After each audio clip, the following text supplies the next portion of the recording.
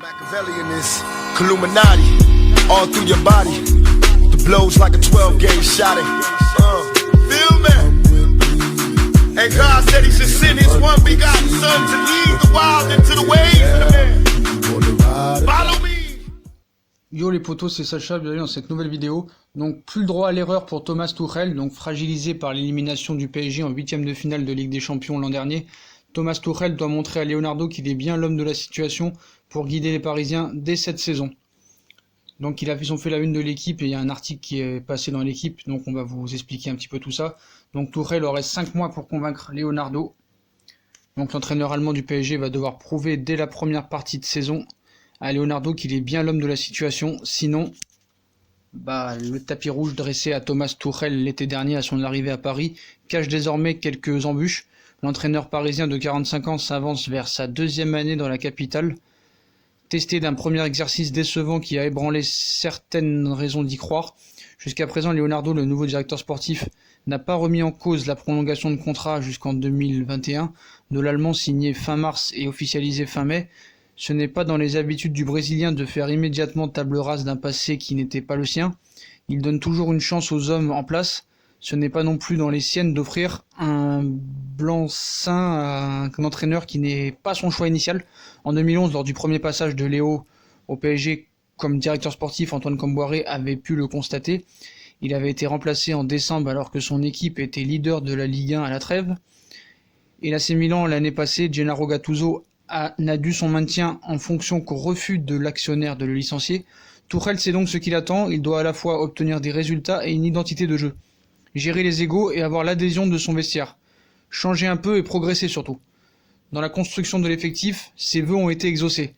Donc en gros, il doit tirer les leçons de l'humiliante élimination contre Manchester United en 8e de finale de Ligue des Champions, l'humiliante élimination en Coupe de la Ligue contre Guingamp, dernier de Ligue 1 à l'époque, et montrer sa capacité à franchir un palier. Lui-même sait que la période d'indulgence en interne et dans les médias est révolue.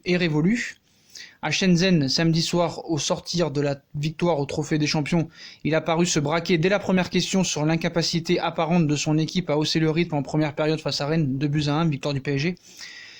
Il a répliqué sur un ton étonnant et étonnamment défensif. Ce n'était plus tout à fait le Tuchel rond et souriant de la première partie de saison passée, vous vous rappelez, où il avait été arrosé au champagne. Donc maintenant, les chantiers de Leonardo, à savoir, autre que Tuchel, c'est le directeur sportif du Paris Saint-Germain a fixé la ligne à suivre au staff et aux joueurs. Plusieurs dossiers l'attendent dans les prochains mois. Donc en revenant au Paris Saint-Germain à la mi-juin, Leonardo confie en privé retrouver un club dans un état presque plus inquiétant qu'en 2011 lors de son premier passage comme directeur sportif. Depuis, le Brésilien a pris la mesure des tâches qui l'attendent et elles ne se concernent pas seulement au recrutement qui a priori avec l'arrivée de Gueye a répondu aux attentes de Thomas Tuchel.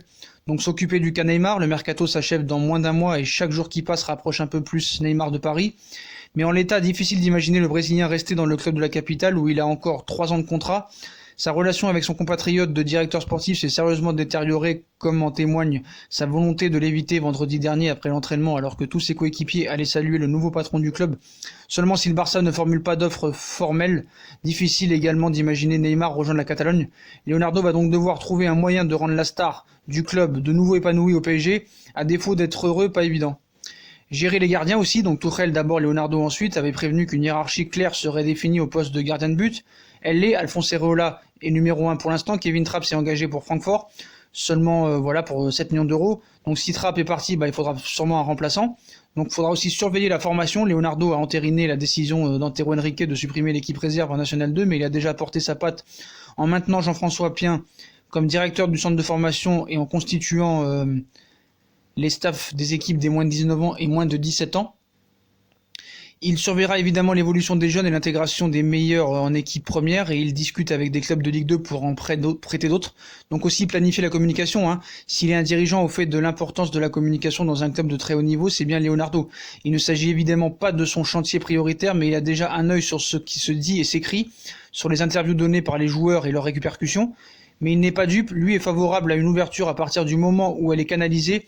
Une fois le mercato terminé, il discutera sûrement avec les personnes du département concerné des stratégies à mettre en place. À suivre aussi le dossier du futur centre d'entraînement, qui est important. Le Brésilien avait participé aux premières réflexions sur le centre d'entraînement en 2012 avec Jean-Claude Blanc, le directeur général délégué du club.